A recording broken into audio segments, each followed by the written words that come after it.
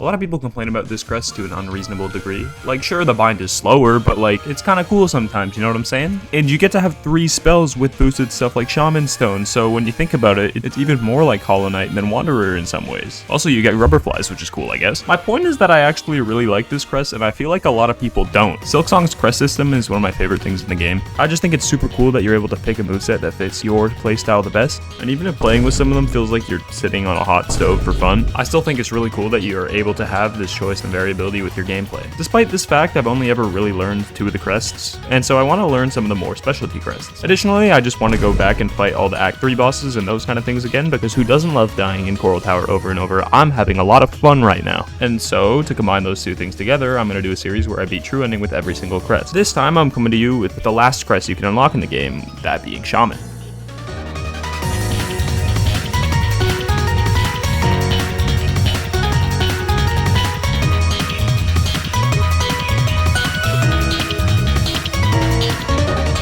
Really quickly, I'm going to go over some of the rules because I made some. First of all, I'm not going to be using any crazy upgrades like mask shards or that many nail upgrades or spool fragments because I just feel like it makes the challenge more fun. So I'm going to play it with 5 health and 2 nail upgrades. Additionally, I'm not going to be using any red tools, or at least most of the time I'm not going to, because I just don't like them. This won't matter for Shaman, but it comes up in other crests later. And finally, I'm not going to do any crazy sequence skips to get the crests early because I'm not trying to learn how to learn those, to be honest. And the videos are going to start at the point where I unlock the crest, which means that Shaman is going to start right here after getting silksong in the abyss. If you want to see how I got to this point, you can watch my hunter video because I just did a rewind of that save file to do this. And so let's move forward with the rest of Act 3 using Shaman crest. I swear I always go into these Act 3s with like super high hopes and I'm super excited. Like, I killed Raging Conchfly after only 1 death. I'm doing really good. And then I walk up to Coral Tower and then fucking I get my shit kicked in and now I'm sad and depressed. A big problem with Shaman crest is your inability to heal when you have no floor. I normally consider this a non-issue, but in Coral Tower and against Nyleth, it becomes a lot bigger of a problem. Now, I would get annoyed by this, but then I remember that Coliseum 3 exists and I feel less frustrated. The good thing about the spike floor part in Coral Tower is that there aren't that many enemies. You have to kill like some of the pink fish guys, and then you have to kill like one of the guys who throws projectiles at you, and that's it. I have so many game options, but I don't know what the fuck to play, guys. I wanted silksong. No. And then once you get through Coral Tower, you get to go up and fight Crust King Khann. This boss is genuinely easier than half of the Act 1 bosses. I'm being serious. All you need for this boss is eyes. And then you can see the giant red particles where he's attacking and then be like, maybe I shouldn't stand there.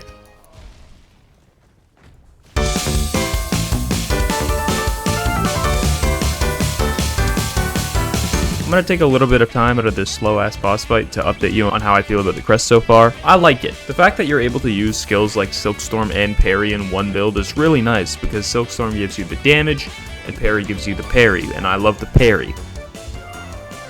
I have no pop filter, that probably sounded horrible. I will say that when I recorded this video, Silkstorm was still kinda dog shit, and the extended hitbox did like 5 damage total, so you're never gonna see me use it, because there's never any reason for me to. However, that does mean that this build is even stronger nowadays, so take what you want from that information. Other than that, the only thing I don't really like about the crest is how slow the attacks are, but that's something I'm gonna have to get used to, because most crests attack slower than Hunter does, so it's just gonna be annoying. However, the range you get is really nice, and the boosted damage on skills is obviously really good too. At this point, I haven't really noticed any adverse effects from the bind other than dying in Coral Tower like twice, but I do that anyways. So I still am enjoying myself, and I can see myself starting to use more silk skills, which is going to be valuable for me to use in the future. Not just in this playthrough, but just in general to make me better at playing the game, which is pretty cool. Also, I think Khann's pretty dead. I've been yapping for like 2 minutes, hopefully he died by now.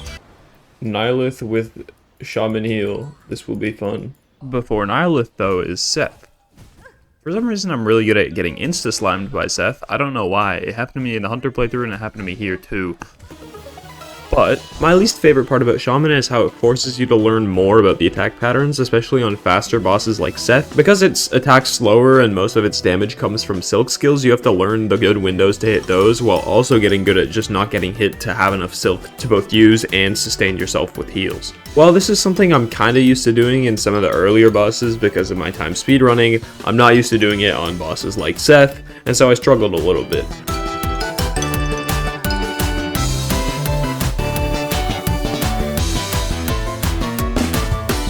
The benefit that comes from this is that when you do start pulling this off well, you're doing a lot more damage than you would be with any other crest, which ends up being really rewarding in the long run.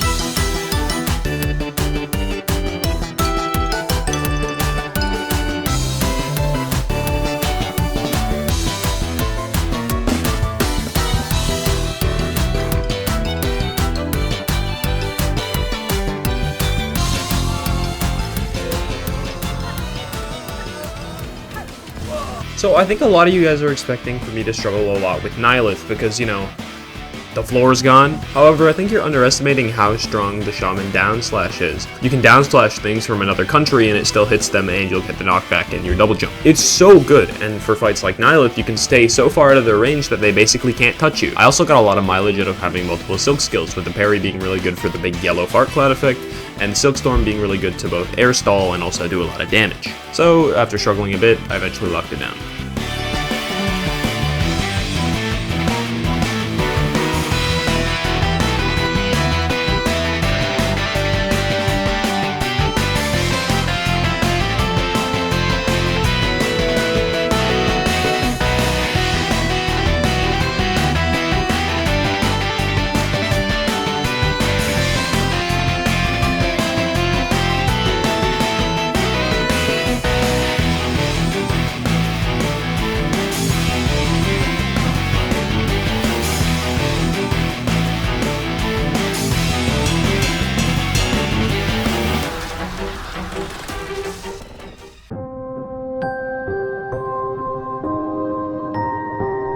I don't know how any of the true ending runners aren't the Joker yet, because running this area with 5 masks might be the most cancerous thing I've ever done. And I have 500 hours in Pokemon Unite. Dealing with these guys just makes me like, ah!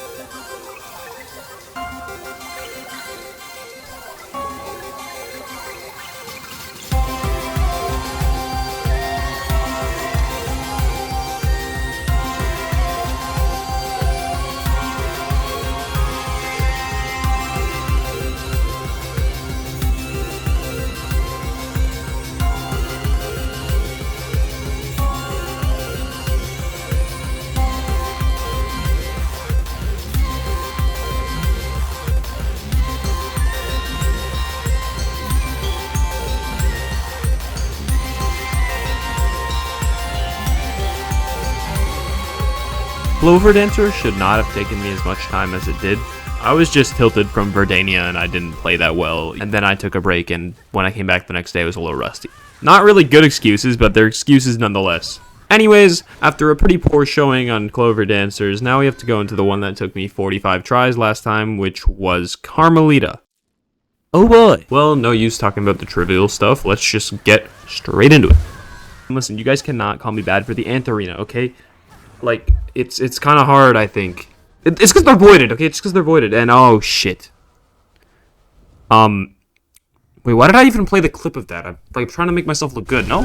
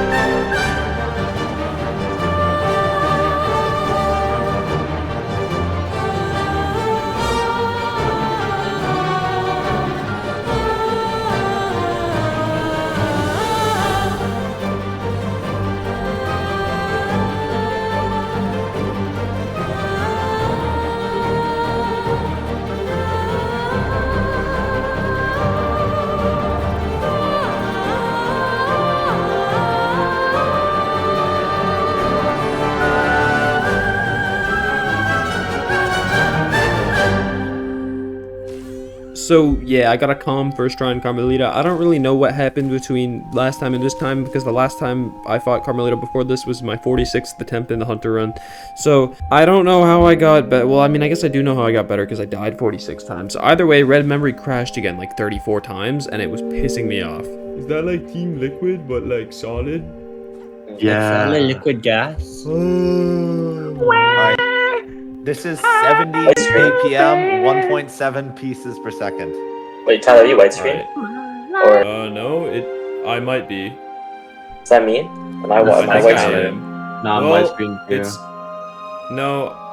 Yeah, I think Oh, I'm yeah, it widescreen. is. Okay, great. It crashed here last time too, a couple times. Anyways, Lost Lace surely won't crash, so it's chill.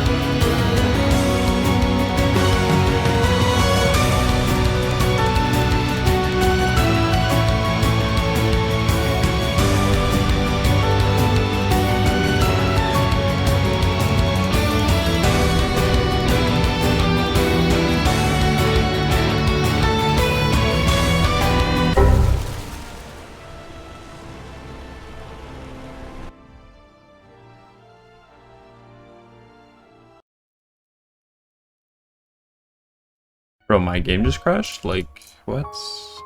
Deleting this save file, I don't need this.